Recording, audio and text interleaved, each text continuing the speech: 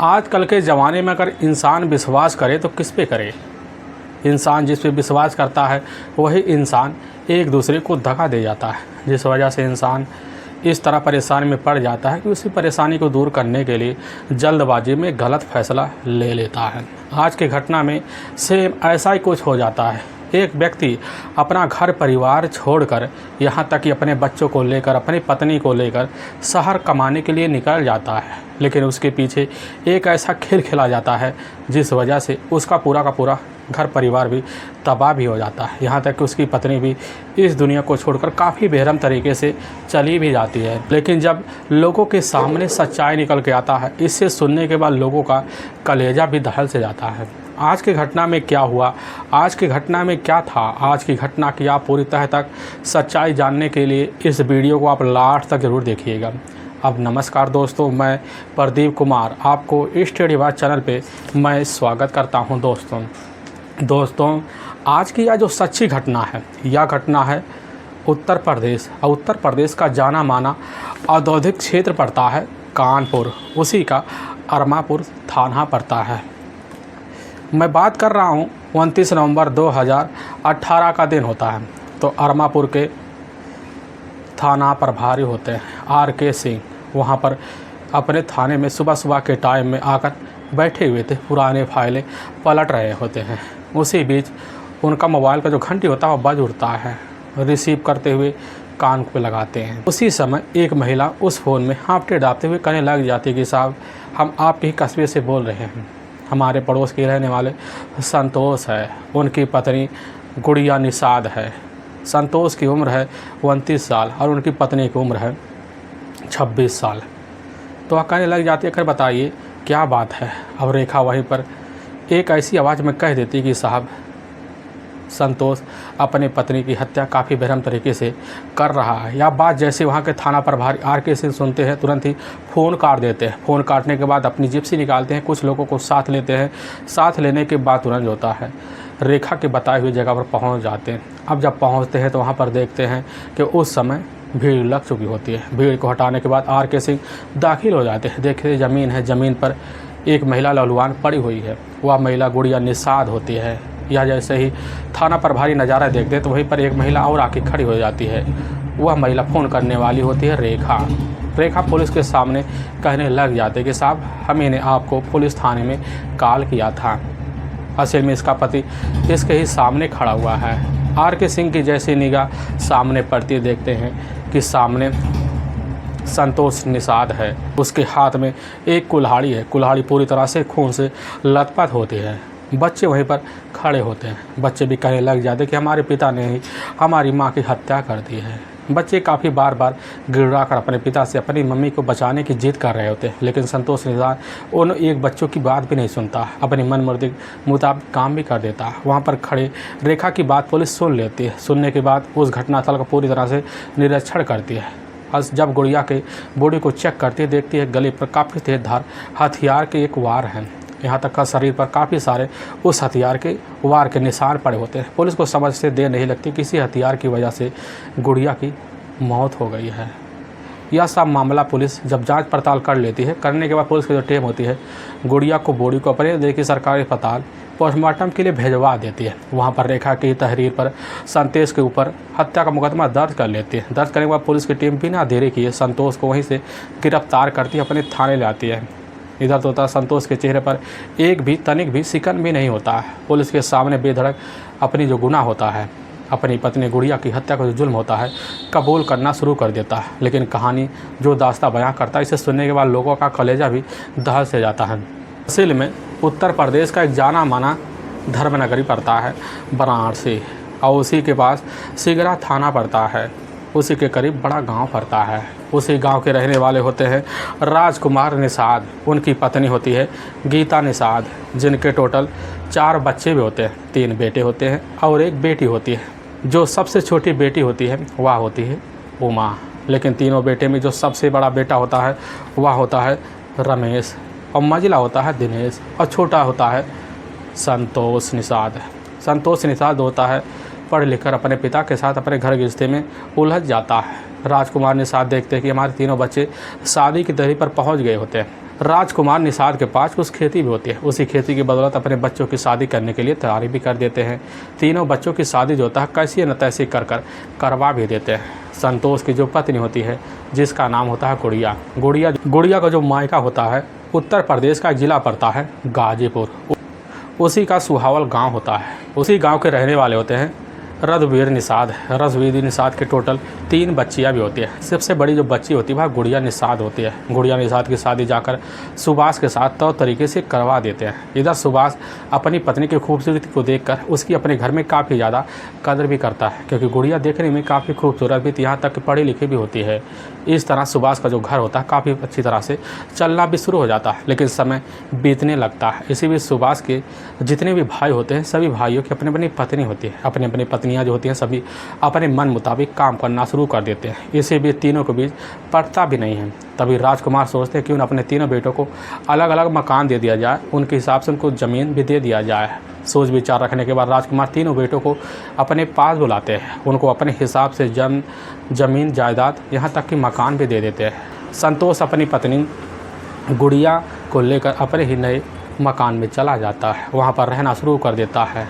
जब वहाँ पर रहने लगता है तो इसी बीच गुड़िया को जो खर्चा होता है वह चल नहीं पाता, जिसकी वजह से संतोष सोचने भी लग जाता है क्यों ना चलकर अपनी पत्नी का खर्चा बर्चा चलाने के लिए कहीं मेहनत मजदूरी किया जाए। मेहनत मजदूरी के लिए वह निकल पड़ता, गांव के बाहर जाता, दिहाड़ी मजदूरी करता, पैसे कमा कर लाता शाम को तो अपनी पत्नी जो होता है गुड़िया के हाथों में रख देता है। गुड़िया उस पैसे का उपयोग करती है, यहाँ तक ज़्यादा से ज़्यादा उसका जो उपयोग शौक श्रृंगार में कर लेते हैं। लेकिन इधर जो होता संतोष को कोई ऐतराज़ भी नहीं होता, क्योंकि वह अपनी पत्नी का हद से ज़्यादा इज्जत भी देता था। धीरे धीरे वक्त जो होता ना बीतना शुरू हो जाता है और बीतने भी लग जाता। कभी इनके बीच ऐसी ज़िंदगी चलने लगती है कि बीतते बीतते 6 साल का वक्त बीत जाता। इसी बीच गुड़िया के 3 बच्चे भी हो जाते हैं, जिसमें एक बेटा होता है किसना और 2 बेटियाँ भी होती हैं रमा और श्यामा। अच्छे से ज़िंदगी अब इन बेटियों के और बेटों के साथ जो इधर संतोष और गुड़िया बिताना शुरू कर देते हैं। और लेकिन जैसे ही घर में 3 बच्चे अपने उस स्थिति में पहुंच जाते हैं जिस स्थिति में पढ़ाई ज़रूरी होती है, इधर परिवार का खर्चा बढ़ना शुरू हो जाता है। संतोष भी लगने लगता है कि हमारे परिवार पर जो खर्चा है वह चलने वाला नहीं है। इसीलिए अपने पास जाता है, एक गांव के किसान होते हैं उनसे मिलता, उन्हीं का कटाई के खेत ले लेता है और बटाई के खेत लेने के बाद उनकी खेती करना शुरू कर देता है। और जब करने लगता है इधर जो होती है गुड़िया भी अपने पति से काफ़ी तंग आ जाते हैं। उनसे बार बार कहने लगती है तुम यह सब खेती बाड़ी छोड़कर शहर निकल जाओ, क्योंकि वहाँ पर कुछ होने वाला नहीं है, ना इससे हमारे बच्चों का खर्चा चल पाएगा। लेकिन संतोष अपने जिद पे अड़ जाता, कहने लग जाता है कि हम रहेंगे यहीं रहेंगे, क्योंकि तुम्हारे बिना हमारा मन नहीं लगेगा। गुड़िया उसको काफ़ी समझाती, कहने लग जाती है कि तुम चले जाओ, कुछ दिन बाद हमें भी साथ ले चलना। यह बात संतोष के मन में तो घर भी कर जाता है। वह सोचने लग जाता है कि हमारी जो पत्नी है वह पूरी तरह से सही कह रही है, लेकिन वह मानता नहीं। इसी बीच इन दोनों के बीच झगड़े तकरार होना शुरू हो जाते हैं। काफ़ी दिन तक झगड़े तकरार होते हैं। संतोष का एक दोस्त होता है जो कानपुर में रहता है, संतोष के पास फ़ोन कर देता है। उसी बीच उसको राय मशवरा देता है तुम यहाँ पर चले आओ, तुम्हारी नौकरी हम लगवा देंगे। संतोष उस दोस्त की बात मान लेता। मानने के बाद कानपुर पहुँच जाता, वहाँ पर नौकरी की काफ़ी तलाशी करता है। तलाशी करते करते लगभग 1 हफ्ते का वक्त बीत जाता है। तभी रांची के ही एक इलाका पड़ता है। उसी इलाके में एक रिक्शा कंपनी होता है, उसी में जाकर वह नौकरी करना शुरू कर देता है। कुछ नौकरी करता, कुछ वक्त पतने के बाद वह जो होता है रिक्शा भी चलाना शुरू कर देता है। रिक्शा चलाने के बाद अच्छी ज़िंदगी वहाँ गुजारना शुरू कर देता है। वक्त बीतने लगता, कंपनी का जो मालिक होता है उसकी इस जिम्मेदारी और इस मेहनत की लगन को देखकर संतोष को अपने ही कंपनी में सभी वर्करों यानी कि रिक्शा जितने भी चालक थे उनके पैसे वसूली का ठेकेदार बना देता है। और जब संतोष बन जाता ठेकेदार, काफ़ी अच्छे मेहनत लगन ढंग से काम करना शुरू कर देता है। वक्त बीतने लगता है, लेकिन संतोष जब भी मौका पाता तो 2-3 महीने बाद ज़रूर 1 हफ्ते के लिए अपने घर आ जाता और घर आता अपनी पत्नी के साथ। जब यह बिस्तर होने के जाता तो उसकी पत्नी के साथ उसका नहीं बनता, जिसके उसकी पत्नी उसके साथ काफ़ी नाराज़ से हो जाती, उसके मन में काफ़ी कड़वाहट हो जाती। संतोष भी कहने लग जाता है कि आखिर हम बहुत थक गए हैं, अपनी ज़िंदगी से तंग आ गए हैं। लेकिन उसकी पत्नी कहने लग जाती कि हमारा तुम्हारे बिना मन भी नहीं लगता है। और बच्चे अब पढ़ाई की दहलीज पर पूरी तरह से पहुँच गए हैं, बच्चे यहाँ रहकर नहीं पढ़ पाएंगे, इसीलिए हम और तुम मिलकर शहर निकल चले और वहाँ पर जाकर बच्चों का अच्छे से सरकारी स्कूल में दाखिला करवा देंगे। संतोष अपनी पत्नी की बात को समझ जाता है, उसकी बात को अहमियत देता है, कहने लग जाता है कि ठीक है, अगली बार जब आएंगे तो हम तुमको साथ ले चलेंगे। संतोष वहाँ से अपनी पत्नी से यह बात बोलकर निकल जाता है। निकलने के बाद तुरंत जाकर काम करना शुरू कर देता है, करने लग जाता है। उसको लगभग 2 महीने का वक्त बीत जाता है। जब उसको लगने लगता हमारे पास अब पैसे आ गए, उसी बीच उसी कानपुर के ही अरमापुर इलाके में जाता है। वहाँ पर जाने के बाद एक कमरा किराए पर लेता है। जब ले लेता है तो 1 हफ्ता अपने आप अकेला टाइम स्पेंड करता है। उसका मन उस कमरे में नहीं लगता है। अपनी पत्नी के पास फ़ोन कर देता है। उसकी पत्नी सुनती है गुड़िया कि हमारे पति हमें बुला रहे हैं। तीनों बच्चों को साथ लेने के बाद वहाँ से निकल पड़ती है। अपने पति के पास पहुँचने के बाद उसकी ज़िंदगी में जैसे चाँद सांस ही लग जाती है। गुड़िया अपने पति के साथ वहाँ ज़िंदगी जीने के लिए भरपूर कोशिश करना शुरू कर देती है। कुछ वक्त बीतने के बाद इधर जो होता है, संतोष अपने तीनों बच्चों का दाखिला अच्छे से सरकारी स्कूल में वहीं कानपुर एक इलाके में करवा देता है। दिन भर जो होता है इधर गुड़िया अपने कमरे में अकेली बैठी रहती, क्योंकि सुबह के टाइम संतोष जो था अपने ड्यूटी पर निकल जाता। शाम को लगभग कभी 9 बज जाते, कभी 11 बज जाते लौट के आने में। इसी बीच इधर जो होता है गुड़िया का ज़िंदगी दिन में गुजारना उसके लिए काफ़ी भारी से पड़ जाता है। सुबह संतोष के निकलने के बाद गुड़िया 100 श्रृंगार कर अपने ही चौखट पे आकर हाय दिन बैठ जाती है। और जब बैठ जाती है दिन भर वहीं अपने पड़ोसी जितने भी औरतें होती सभी के साथ बैठकर गपशप करना शुरू कर देते हैं। लेकिन इस तरह ज़िंदगी बीतने भी लग जाता है। गुड़िया का जब पति शाम को थका हारा घर आता तो चारपाई पर बैठकर आराम से गहरी नींद में सो जाता है, जिसकी वजह से गुड़िया का जो शरीर होता है सुख से काफ़ी ज़्यादा वंचित हो जाता है। इसी वंचित की वजह से इधर गुड़िया अपने पति को लेकर रात में झगड़े तकरार शुरू कर देती है। काफ़ी चिड़चिड़ापन गुड़िया के अंदर समा जाता है। यह चिड़चिड़ापन हर दिन सहना शुरू कर देती है। लेकिन इसी बीच घटना से मात्र 1 साल पहले जहाँ पर संतोष काम करता था उसी कंपनी में काम करने वाला होता है पवन उर्फ राजू, जिसकी उम्र होती है 20 साल। पवन जो होता है वह उसी रंकी के ही एक रतनपुर कॉलोनी पड़ता है। उसी कॉलोनी में मौके पर जाकर अपने कुछ दोस्तों के साथ रहा करता था। लेकिन पवन का जो मेन घर होता है वह होता है उत्तर प्रदेश के ही इटावा में एक अजीत महल एक गाँव पड़ता है। उसी गाँव का रहने वाला होता है। पवन के भी अपने परिवार होते, अपने माता पिता भी, अपने भाई बहन भी होते, लेकिन उसकी भाभी से उसका नहीं बनता था, जिसकी वजह से पवन अपना घर परिवार छोड़कर आकर रतनपुर में अपने दोस्तों के साथ कमरा किराए पर लेकर रहना भी शुरू कर देता। और जब रहने लगता उसी बीच उस दोस्तों के सहारे होता उसके भी जाकर संतोष की कंपनी में काम लग जाता। अब संतोष के साथ काम करने की वजह से संतोष के साथ उधर पवन की काफ़ी गहरी सी दोस्ती से हो जाती है, क्योंकि शाम का जब भी टाइम होता संतोष पवन के साथ मिलकर दोनों जाते, ठीक है, बैठकर शराब का सेवन भी कर देते। अब यह सिलसिला जो होता है दोनों के बीच बेधड़क चलना शुरू हो जाता है। दोस्ती इतनी गहरी हो जाती है, दोनों एक दूसरे के सामने अपना दुख शेयर भी करना शुरू कर देते हैं। और जब करने लगते हैं इसी बीच संतोष के जो बड़ा बेटा होता है कृष्णा का जन्मदिन आ जाता है। जन्मदिन की पार्टी देने के लिए पवन के पास पहुँचता, कहने लग जाता है कि पवन आज तुम्हारे लिए हमारे पास एक अच्छा सा मौका है, क्योंकि आज तुमको शाम को अपने ही कमरे पर हम बुला रहे हैं। पवन कहने लग जाता है कि क्या बात है। पवन जब यह बात कहता है तो इधर संतोष कह देता है कि आज हमारे बेटे का जन्मदिन है, तुम्हें शाम को ज़रूर आना पड़ेगा। पवन यह बात सुनने के बाद उसकी बात को अहमियत दे देता, अपने घर पहुंचता, शाम को अच्छे से कपड़ा पहन कर वहाँ से निकल पड़ता है। निकलने के बाद संतोष के घर पहुँच जाता है और उसके बेटे के बर्थडे में शामिल हो जाता है। और जैसे ही बर्थडे में शामिल होता है उसके सामने उसकी जो पत्नी होती है संतोष की गुड़िया की खूबसूरती देखकर वहीं उधर पवन दीवाना से हो जाता है, क्योंकि भले वह 3 बच्चों की माँ थी, लेकिन देखने में गुड़िया काफ़ी खूबसूरत भी थी और चंचल भी थी। अब यह नज़ारा या खूबसूरती देखकर इधर पवन फिदा भी हो जाता, अपने मन में गुड़िया को उसी वक्त चाहना शुरू कर देता है और भाभी कहकर गुड़िया से बातें भी करना शुरू कर देता। अपनी सारी बात उधर गुड़िया से भी बता देता है कि हमारे पति संतोष के काफ़ी अच्छे गहरे दोस्त हैं। यह बात भी गुड़िया भी समझ लेने के बाद अब हाय दिन इधर जो होता है पवन का गुड़िया के घर आना जाना बन जाता। आने जाने के बीच इधर पवन और जो होता है गुड़िया के बीच हंसी चुटकुले शुरू हो जाते हैं। लेकिन जब भी इधर संतोष घर पर नहीं रहता, न रहने के बाद पवन मौका पाता तुरंत ही गुड़िया के घर पहुंच जाता, उससे जाकर उसके घर में मीठी मीठी बातें करता और उसके तीनों बच्चों के लिए कभी चॉकलेट कभी मिठाई का डब्बा लेकर पहुंच जाता। तीनों बच्चे जो होते हैं पवन को अपने घर में चाचा चाची नाम से बुलाना शुरू कर देते हैं। इधर जो होता धीरे धीरे पवन को भी गुड़िया भी जानना शुरू कर देती है। अपने मन में गुड़िया इधर पवन को बसाना शुरू कर देती है। उसके मन में कुछ लालसा भी जाग पड़ती है, लेकिन पवन मन में मन काफ़ी सारे कल्पनाएं करके बैठ जाता है। जब भी पवन अपने घर पर आता, अपने कमरे पर आता, सोता, तो उसी बीच गुड़िया का जो चेहरा होता है उसके चेहरों के सामने घूमना शुरू हो जाता है। पवन भी सोचने लग जाता है आखिर गुड़िया से जाकर अपने प्यार का इजहार कैसे करें।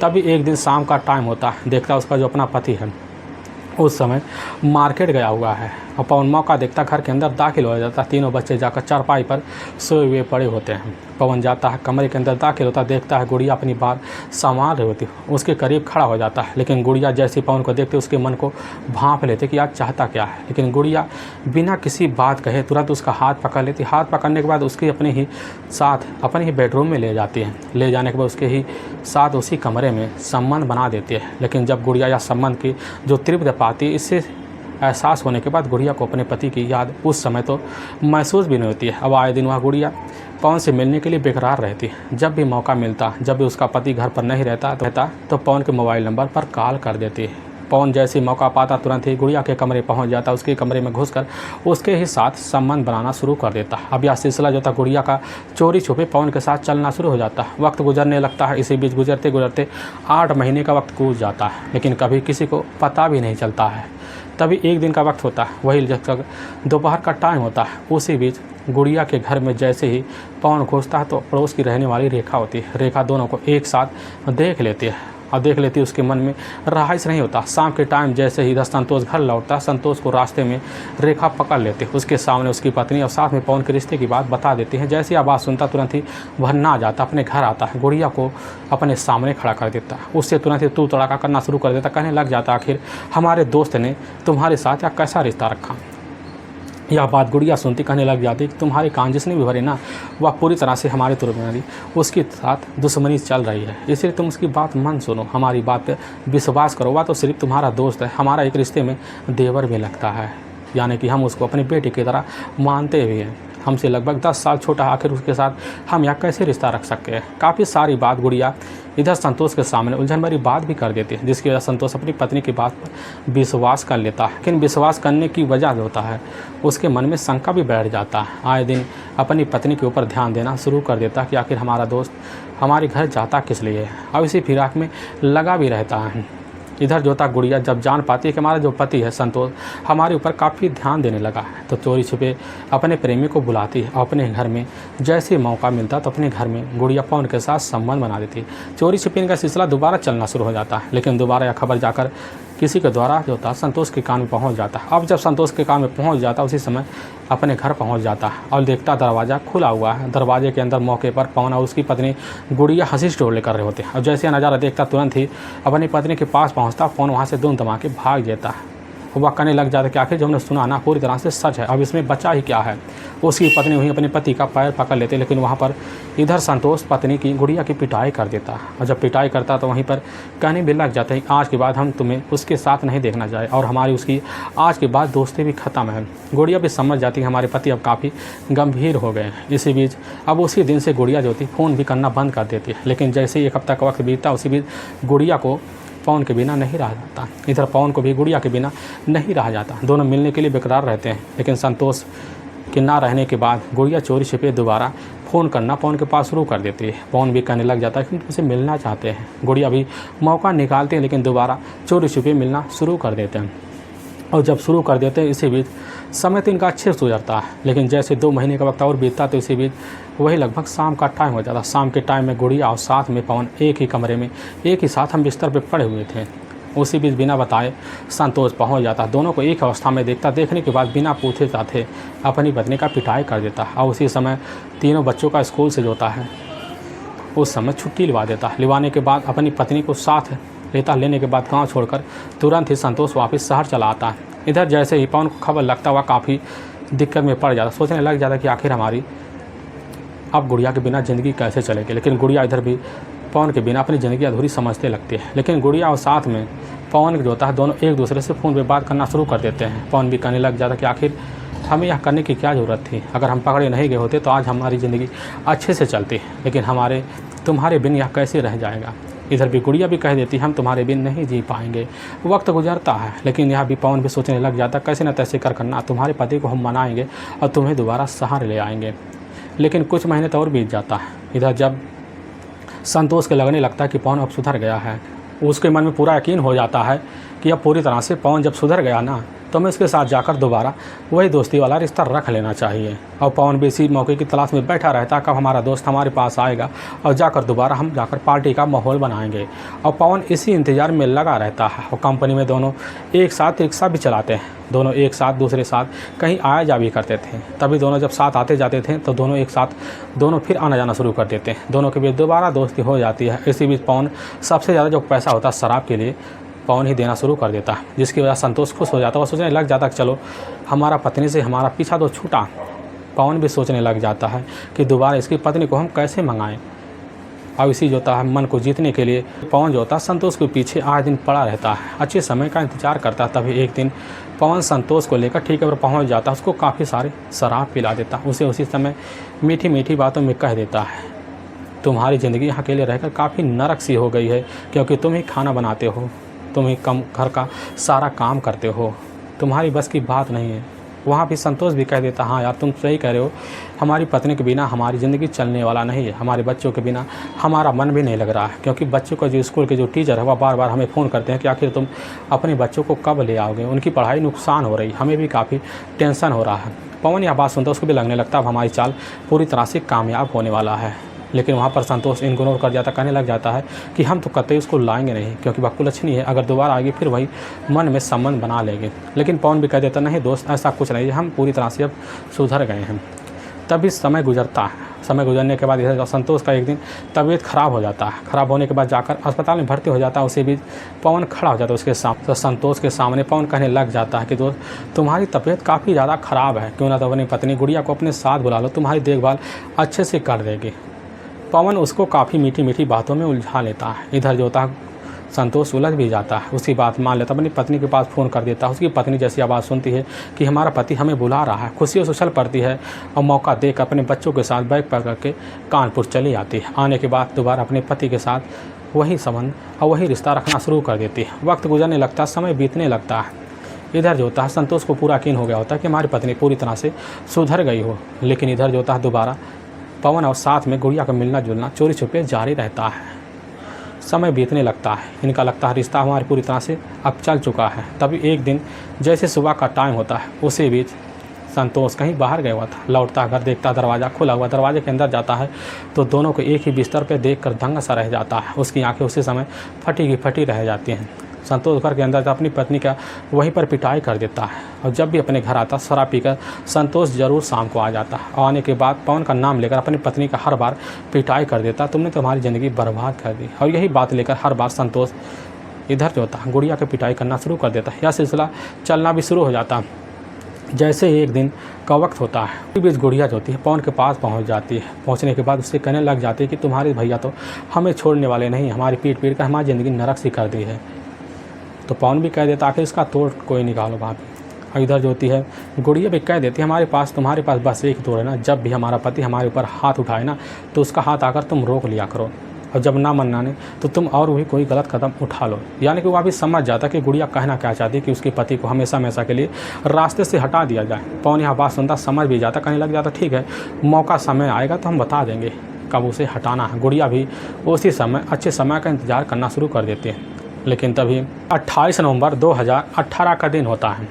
वही शाम का टाइम होता है। शाम के टाइम में जो होता है संतोष को एक अपने फ्रेंड के यहाँ मौके पर एक पार्टी में शामिल होने के लिए न्योता मिला हुआ था। संतोष यह बात अपनी पत्नी से कहता है, उसकी बात गुड़िया सुन लेती है। वह भी समझ जाती है कि आज लग रहा हम दोबारा दोनों अपना रिश्ता फिर रख पाएंगे।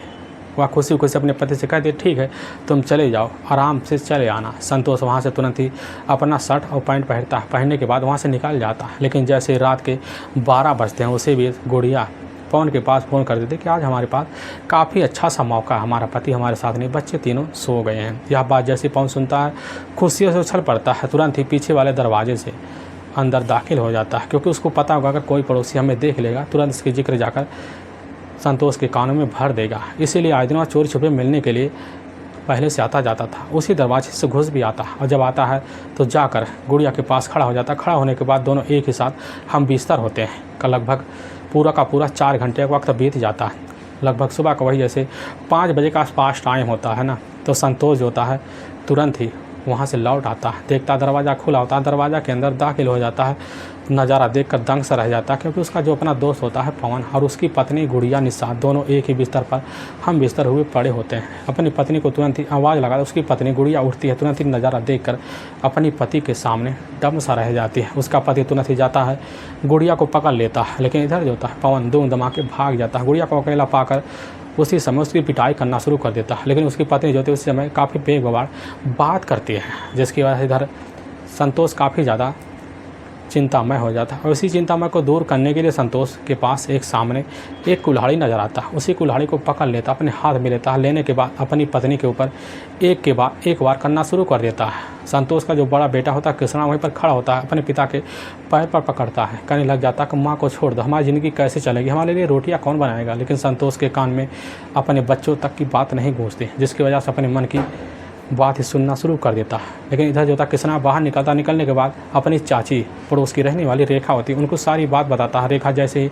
घर में दाखिल होती देखती हैं, तब तक इधर गुड़िया लहूलुहान अवस्था में ज़मीन पर पड़ी हुई है। रेखा तुरंत पुलिस थाने में फ़ोन कर देती है, पुलिस आती है, उसको पकड़ती थाने ले जाती है।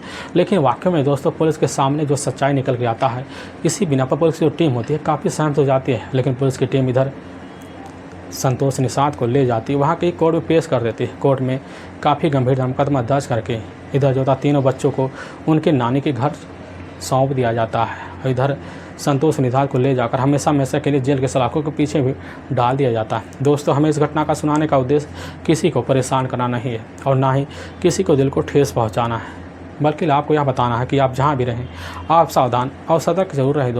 दोस्तों हमारे कुछ ऐसे व्यूअर हैं जो हमारे वीडियो को लगातार वॉच करते हैं। आज हम उनके इस साथ अपनी वीडियो में नाम लेना चाहते हैं, जिसमें सबसे बड़े जो नाम आते हैं, जो सबसे पहले हमारे व्यूअर हैं, वह व्यूअर हैं विपुल, जो असल में मध्य प्रदेश के ही इंदौर के रहने वाले हैं।